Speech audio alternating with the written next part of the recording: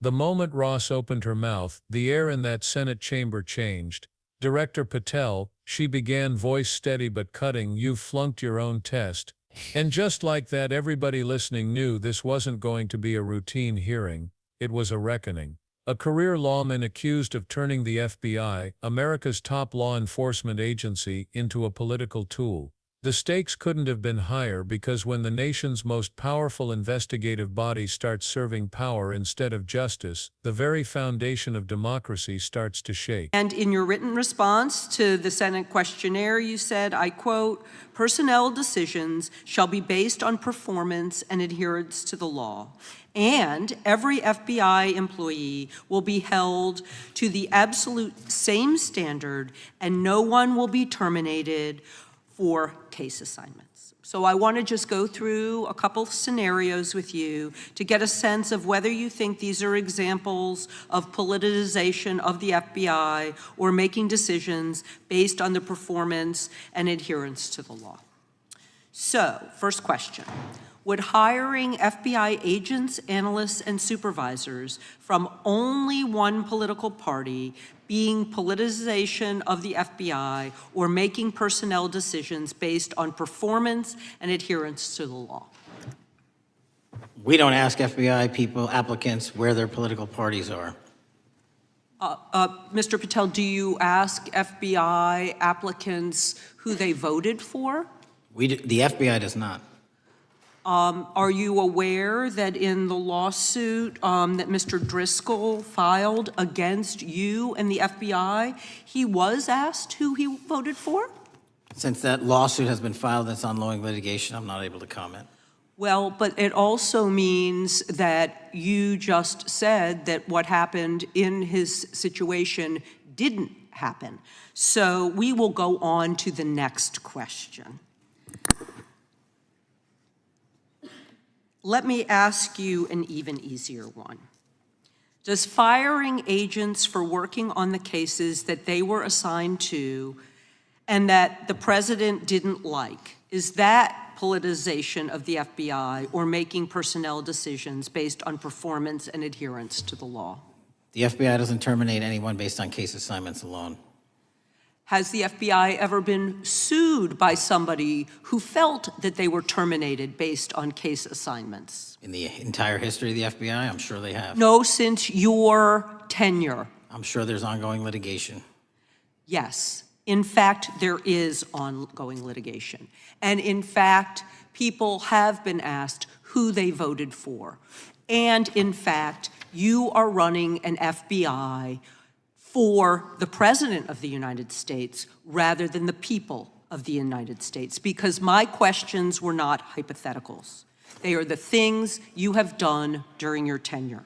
And according to a lawsuit filed last week by long-term FBI agents, you fired former acting director Brian Driscoll.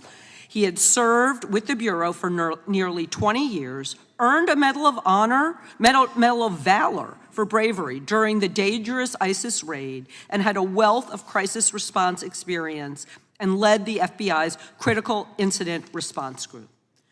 When the Trump administrations interviewed Mr. Driscoll for that role, they interrogated him about his political leanings and who he voted for in the last 5 elections. Questions Mr. Driscoll refused to answer because those types of questions impermissibly politicized the FBI. You also fired Steve Jensen, who served the FBI for nearly 2 decades and ran critical terrorism, counterintelligence, and organized crime operations, whom you once described as embodying what the American public demands of the FBI. But he was fired because he took part in investigating crimes committed on January 6th. And Trump's MAGA base lambasted you online for keeping him at the FBI. So he's no longer at the FBI.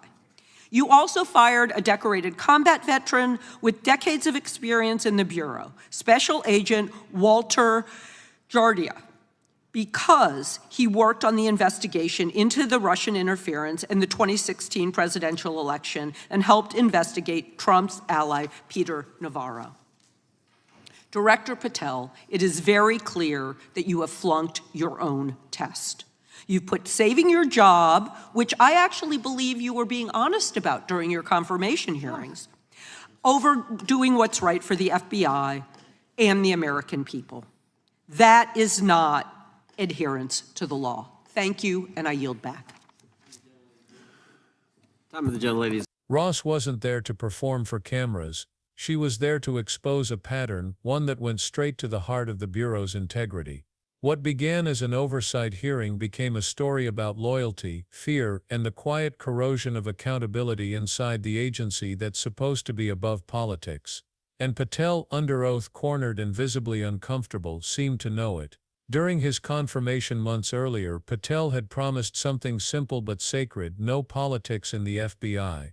No retribution, no bias, no favoritism, he said.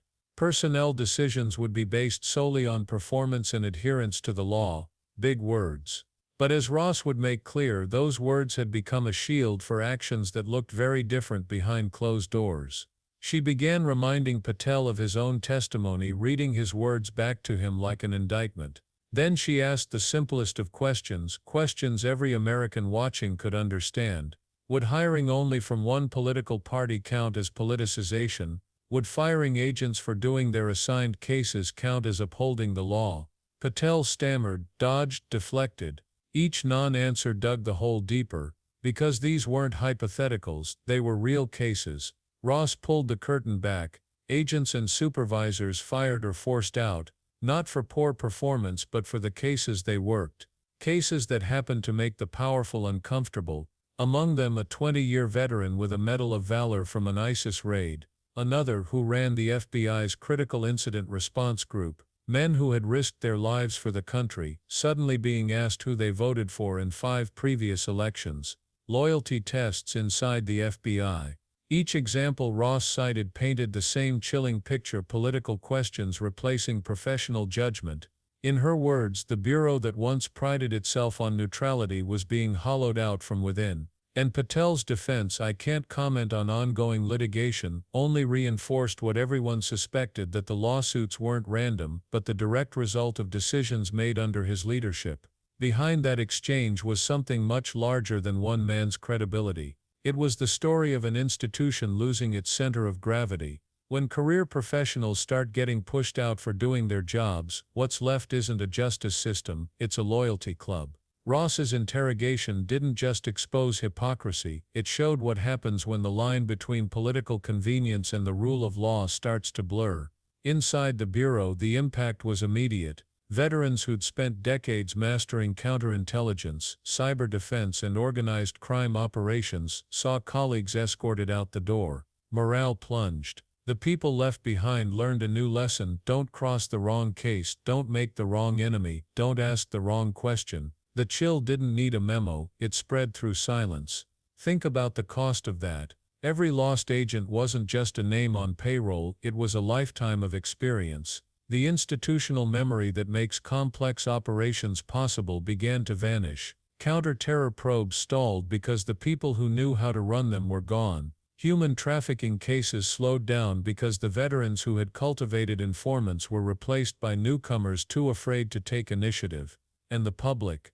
They saw an FBI that looked less like a pillar of justice and more like a pawn in the political game. Ross's hearing drove home that this decay doesn't always come from dramatic purges or headlines. Sometimes it's a soft purge. A reassignment here, a voluntary buyout there. Change the hiring criteria quietly, shift who signs off on promotions, and within a year the culture changes entirely. The old guard, the ones who served through crises, who believed in mission over politics, fade away. What's left is a bureau that answers upward, not outward. When Ross pressed Patel on those quiet changes, his face said what his words couldn't. He knew exactly what she meant. The lawsuits, the reassignments, the politically motivated interviews, they were all part of a new kind of control, subtle but devastating.